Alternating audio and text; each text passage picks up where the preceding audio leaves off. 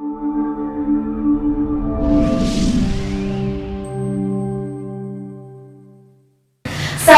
warahmatullahi wabarakatuh. Waalaikumsalam warahmatullahi wabarakatuh. Ya, kembali lagi di podcast Kusbang, sahabat sehat semuanya. Kali ini kita akan membahas tentang diet yang lagi hype banget ya. Jadi ini kan banyak banget ya sekarang yang tahun baru dengan body goals, dengan body yang baru gitu ya kan. Sekarang orang berlomba-lomba untuk mempunyai body yang ideal gitu ya kan. Apalagi kalau mau cari jodoh, biasanya itu berlomba-lomba untuk diet sekarang itu. Jadi sekarang diet itu nggak cuma untuk sehat aja, biasanya untuk penampilan juga ya kan. Jadi ini sekarang kita udah kedatangan 3 tamu yang luar biasa, bukan luar biasa lagi tapi luar biasa. Ada Dokter Diah. Dokter Diah ini dokter umum di Puskesmas Kusuma Bangsa yang kebetulan lagi mendalami masalah diet ya Bu ya. Jadi insya Allah paham tentang diet. Dan ada juga Mbak Vina yang notabene adalah latar belakangnya ahli gizi, jadi lulusan ahli gizi. Hai Mbak Vina. Hai. Ya.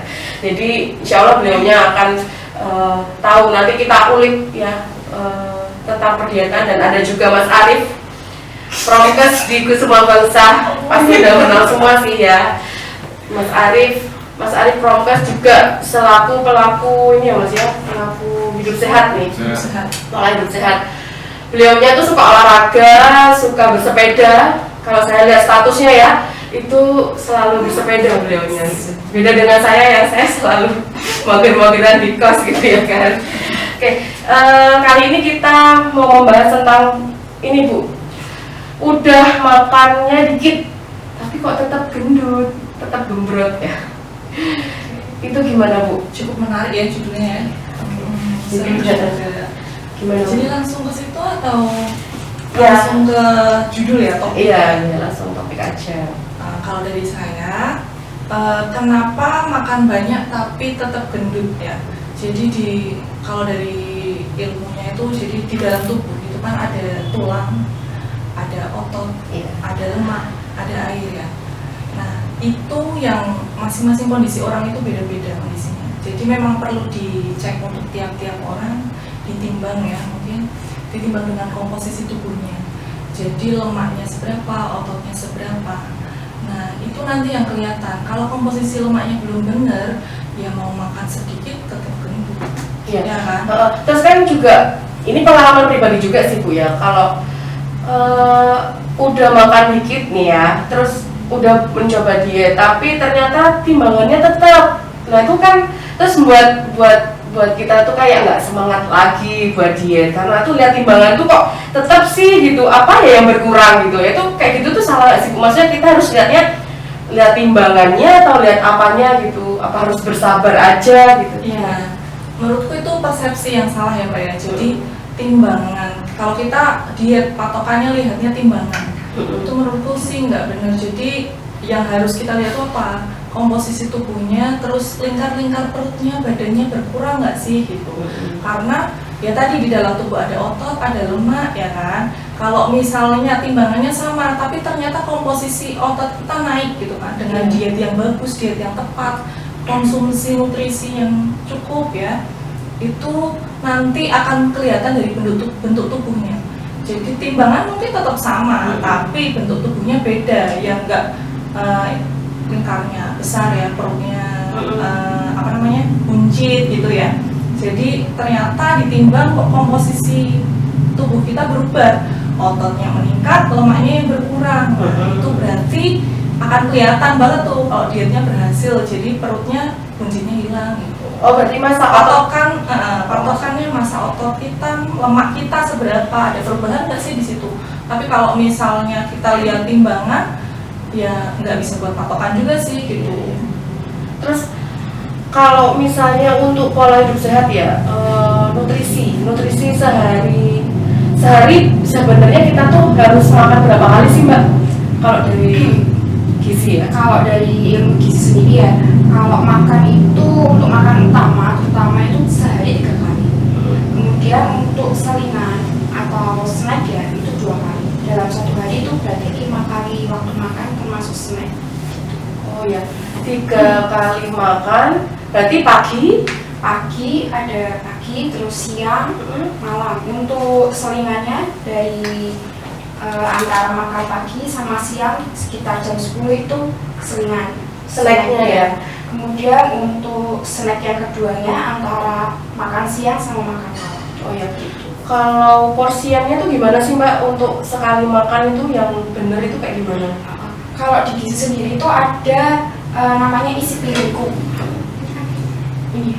Kalau isi piringku itu ada pembagiannya. Jadi dalam 1 piring itu ada 3/8 karbohidrat, 3/8 sayuran, 1/3 lauk pauk, 1/3 buah-buahan. Seperti itu. Gitu. Kalau buah-buahan itu masuknya snack atau gimana Mbak? Bisa ke snack. Jadi Snacknya itu bisa buah, bisa makanan ringan yang rendah kalori, yang kalorinya sekitar 150 sampai 200-an. oh berarti kalau kayak snack-snack yang di soalnya-soalnya itu Mbak kan ada snack-snack sereal atau apa? Iya. Nah itu sebenarnya bisa nggak sih Mbak? Bisa. Tapi untuk buah tidak bisa dihilangkan ya, karena kan buah kan sumber vitamin sama mineral. Oh berarti tetap harus ada buah. 1 kali makan ada buahnya juga gitu ya berarti ya? Ya berarti isi piringku itu ya ada isinya ada 3 ya? 4. Oh 4 ya? Iya. Buah, Ada buah, karbohidrat, Ya. sayur, lauk pauk sama buah. snacknya 2 kali biasanya diselang-seling. Mau snack juga nggak Mbak? Kalau malam itu, kalau orang dalam kondisi biasa nggak ada snack malam. Oh gitu. Kalau kondisi orang sakit tertentu seperti diabetes itu ada snack malam hari, karena kan kalau diabetes kan beda kondisi ya, karena kan kondisinya kan sering lapar ya Bu, jadi ada selingan untuk malam. Kalau orang biasa enggak. Berarti snacknya jam 10 pagi sama jam 2, jam 3 siang. berarti kalau untuk yang diet itu terakhir makan tuh jam berapa sih Mbak? Paling enggak itu jam sebelum tidur, karena kan tubuh kan kalau mau tidur kan udah ada sinyal ya, udah mau istirahat. Jadi paling enggak kan 1 jam sebelum makan proses sebelum tidur ya. Jadi kan metabolismenya sudah sudah selesai. Iya, memang bagusnya 1 jam sebelum tidur udah stop sih Mbak. Terus kalau untuk pola tidur itu berpengaruh nggak sih untuk diet gitu? Kan misalnya kalau 1 jam sebelum tidur lah, tapi kalau kita misalnya tidurnya jam 12 atau jam 11 gitu, itu berpengaruh nggak gitu? Maksudnya maksimal jam berapa gitu? Kalau itu pola hidup ya, memang kalau udah niat mau diet itu tuh pola hidup, pola makan utama harus dibenerin ya. Sampai istirahat cukup itu sangat berpengaruh. Sangat berpengaruh ya. Kan stres aja kan, misal banyak kerjaan sampai begadang itu kan stresor kan, itu otomatis lemak tubuh bakal naik kan.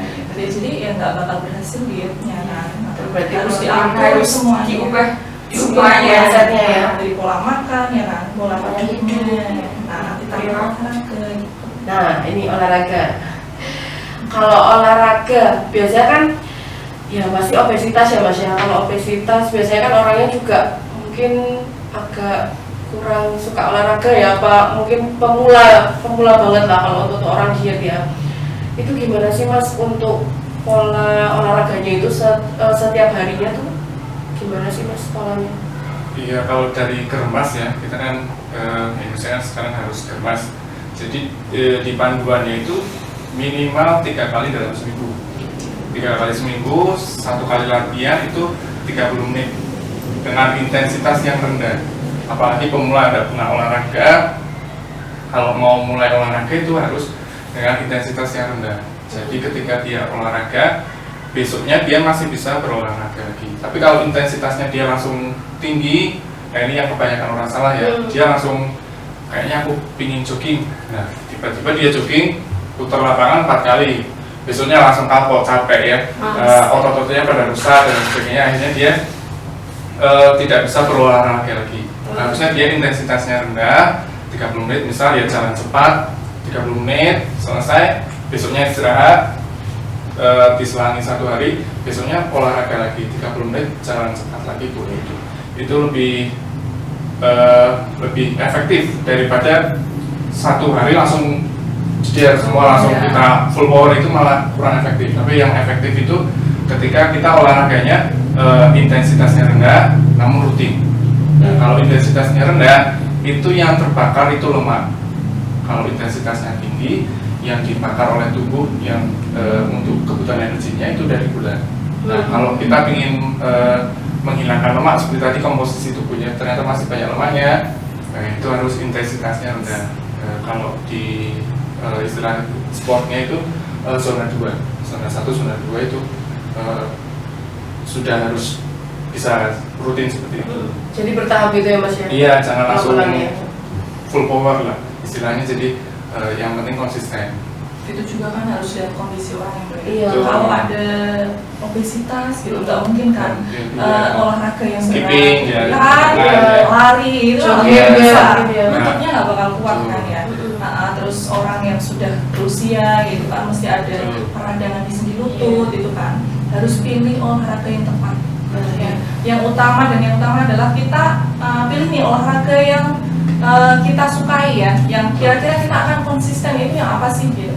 Nggak usah sekali niat olahraga, niat diet langsung yang berat kayak itu, jangan. Tadi bener kata Mas Arif kan, kalau misalnya pilih olahraga yang intensitasnya ringan ya, rendah ya, jadinya kita nanti bisa melanjutkan seterusnya, rutin ya, enjoy dan kita menikmati itu gitu. Nggak kapok gitu ya? Nggak kapok. Ya, dalam membentuk kebiasaan itu kan butuh 21 hari. Nah, dalam 1 hari kita bentuk kebiasaan dulu, misal mau mulai diet dulu, makannya diperbaiki dulu, oke lah. Jadi makan dulu diperbaiki satu-satu. Nah, sudah terbentuk habit yang bagus, makannya sudah teratur, kita sudah bisa menyesuaikan tubuh, baru nanti kita mulai kebiasaan baru lagi dengan olahraga misal seperti itu. Tapi kalau mau mulai dua-duanya boleh, namun itu harus butuh komitmen yang benar-benar kuat, betul. Terus Ya dari dalam hati ya. Harus ada niat. Harus ada niat ya. Jangan cuma mut-mutan Harus sebentar, disiplin, habis betul. itu ya bakal rebound lagi.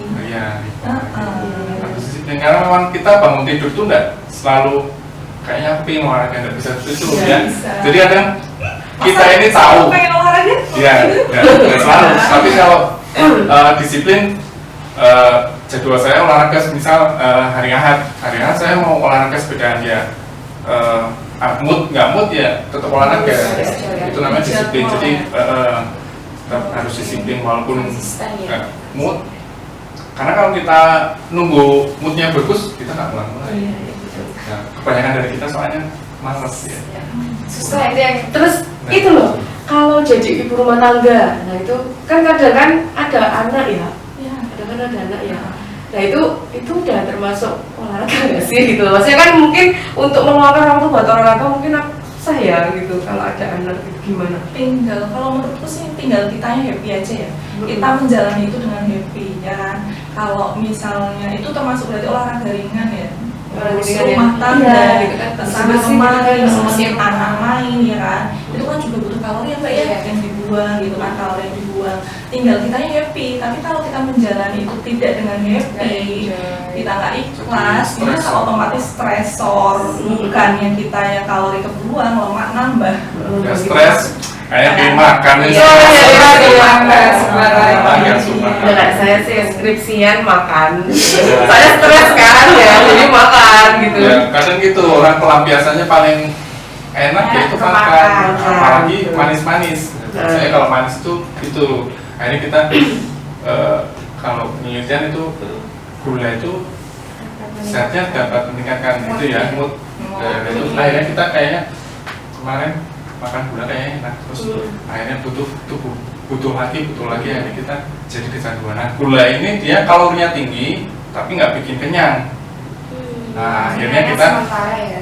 betul, jadi akhirnya nanti kalorinya tinggi Iya. yang dimasukkan tinggi, tapi tadi mager ya, karena tadi sudah stres, makan gula, pemilihnya kurang sehat, akhirnya lemes lagi ya, Iya. nggak ingin aktivitas yang lain. Berarti kalau makan gula tuh bikin ini ya, bikin kecanduan gitu ya?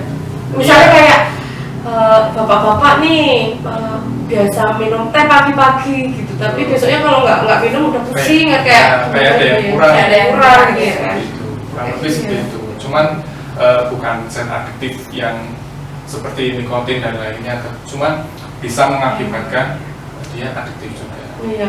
Terus komposisi gula yang ideal tuh gimana sehari-harinya?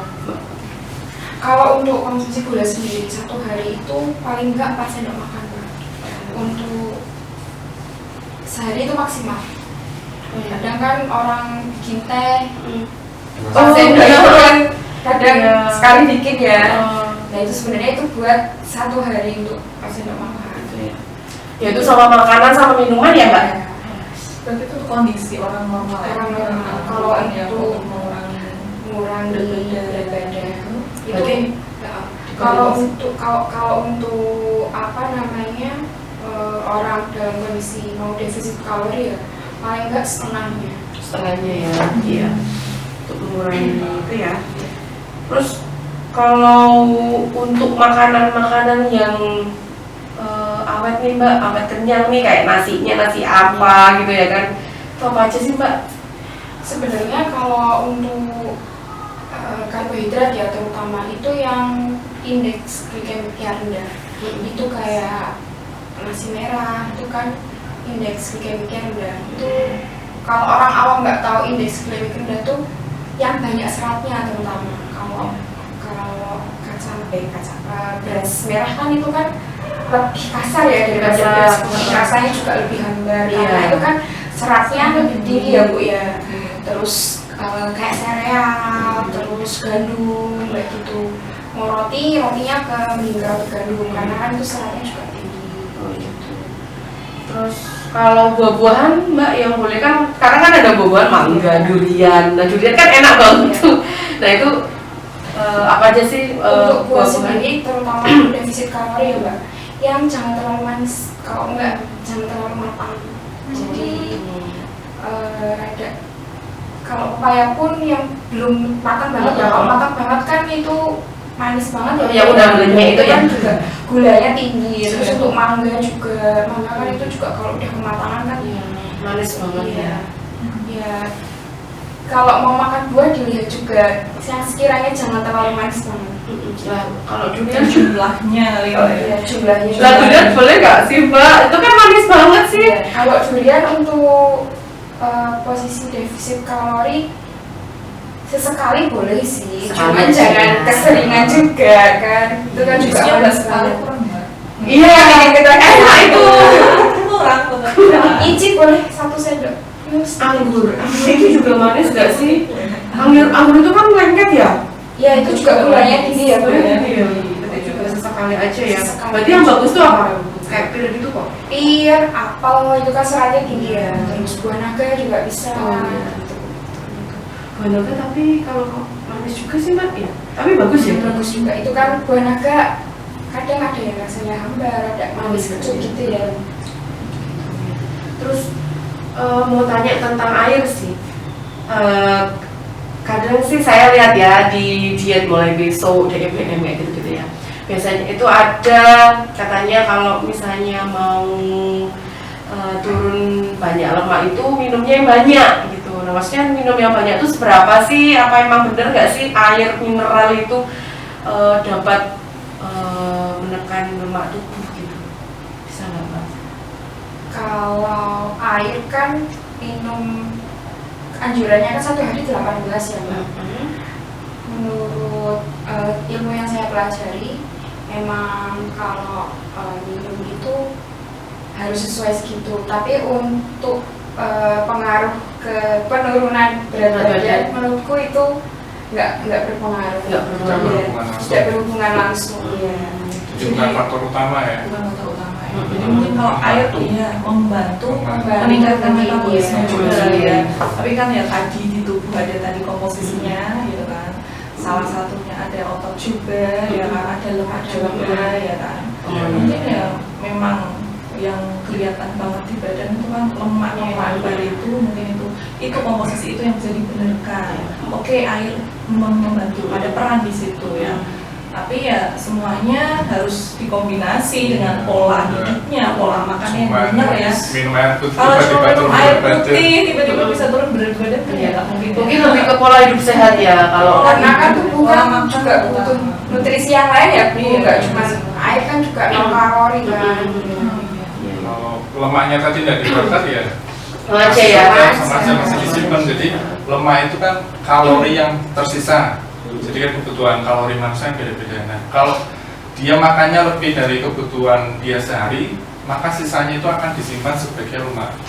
Nah, kalau seperti itu berlangsung lama, akhirnya lemaknya jadi banyak. Itu yang menyebabkan dia overweight. Nah, kalau tidak ingin overweight dari sekarang ya, yang mungkin masih bisa di apa ya istilahnya, masih terjaga lah, tidak terlalu overweight, silakan bisa mulai belajar untuk membakar lemaknya dengan tadi olahraga intensitasnya rendah, rutin ya. Karena memang diet itu pola sehat ya, pola hidup sehat ya, tidak untuk turun berat badan saja. Turun berat badan itu ya bonusnya.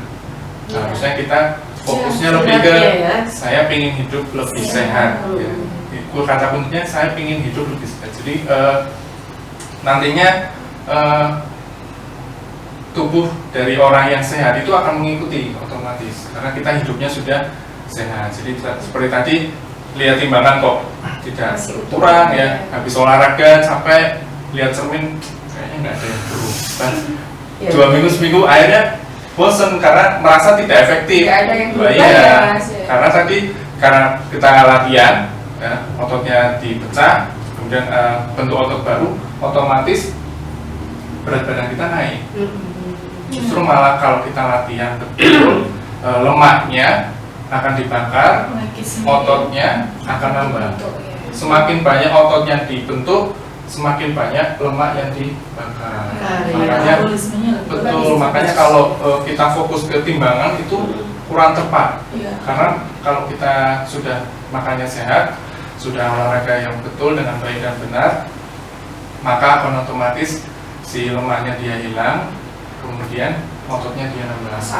Yang hasilnya tadi seperti yang Ibu Dokter Dia katakan, mungkin lingkar perutnya kurang, mungkin bicepnya tambah besar dan sebagainya seperti itu. Keluhan sih yang jelas, keluhan kesehatan akan membaik. Karena obesitas kan ya, kalau berlebih berat badan itu, wah keluhannya apa aja ya, banyak ya. Faktor-faktor inflamasi di tubuh, maksudnya kayak penyakit apa gitu kan. Ya istilahnya dilihat kasat mata aja. Maaf kalau untuk orang yang obesitas sama orang yang bodinya normal ya, berat badan normal ya, gizinya normal, itu kan akan lebih banyak yang sakit siapa sih? Kalau secara kasat mata aja ya dilihat, mungkin akan lebih gampang sakit-sakitan mereka yang obesitas gitu. Iya. Jadi lebih fokusnya ke pola hidup sehatnya ya. Jadi kurus langsingnya itu bonusnya ya. Itu yang harus diluruskan dulu. Ya. Jadi mispersepsi kalau diet itu sama dengan berat badan turun. Itu tidak sama dengan ya. Diet itu adalah bukan hanya menurunkan berat badan. Diet itu bisa untuk menaikkan berat badan, bisa untuk menurunkan berat badan. Gitu ya. Jadi diet itu dia makan yang teratur. Jadi sesuai kebutuhan, sesuai komposisi. Baik sahabat sehat semuanya, tadi sudah sharing ilmu ya dengan 3 bintang tamu kita yang luar biasa ini. Jadi kita harus menjalani pola hidup sehat. Jadi yang terpenting itu bukan kurusnya ya, bukan kurus atau naik berat badannya, tapi pola hidup sehatnya dulu. Jadi makannya yang teratur, nutrisinya yang tepat. Tadi isi piringku ada 4 macam ya. Setelah itu olahraganya juga olahraga yang disukai, yang disenangi, dan juga konsisten. Mulai bertahap, mulai dari yang ringan dulu. Kalau udah sekiranya enjoy, ya mungkin levelnya bisa dinaikkan lagi. Dan jangan lupa tetap semangat hidup. Jangan stres-stres karena itu juga berpengaruh sama pola hidup sehat. Terima kasih. Itu aja. Pantengin terus podcast Pusbang untuk materi-materi yang selanjutnya. Kalau ada yang mau ditanyakan bisa komen. Atau DM lewat Instagram juga bisa. Boleh. Jangan lupa di like, Like, komen, dan komen, dan subscribe. Aji, terima kasih. Assalamualaikum.